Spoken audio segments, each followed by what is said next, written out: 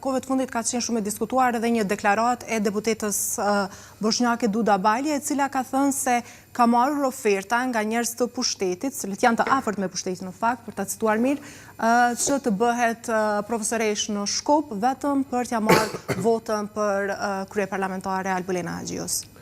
Atëherë, e para punës, lëvizja vendosje nuk bën këto propozime. E dyta, të shumë mund të flasë me kompetencë për shkak se 4 vjetë këm qenë kryetari i komisionit ku Sonja Balje ka qenë poshtë dhe antare.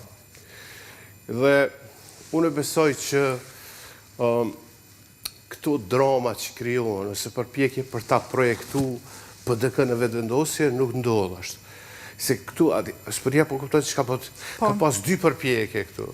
E para është që tentohet disi krijohet një lidhje listës serbe me vetëvendosje që s'ekziston, edhe dyta që ti mveshet vetëvendosje këtu gjallë politikë së kaluarës, nuk ndodhin asnjëra logjik.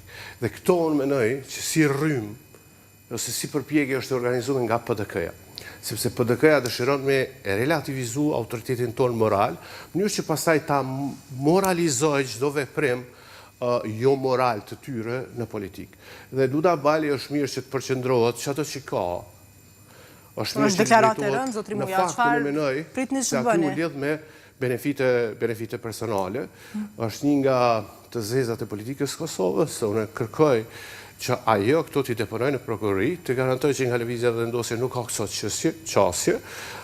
Një nga kontaktet e mia javore ka qenë edhe Duda Balje në komision, mirë pa ju e din shumë mirë, edhe këto e ka testu që me mu nuk ka pas mundësi kësot që dhe unë e ka përfasu lëvizjen vendosje në komision.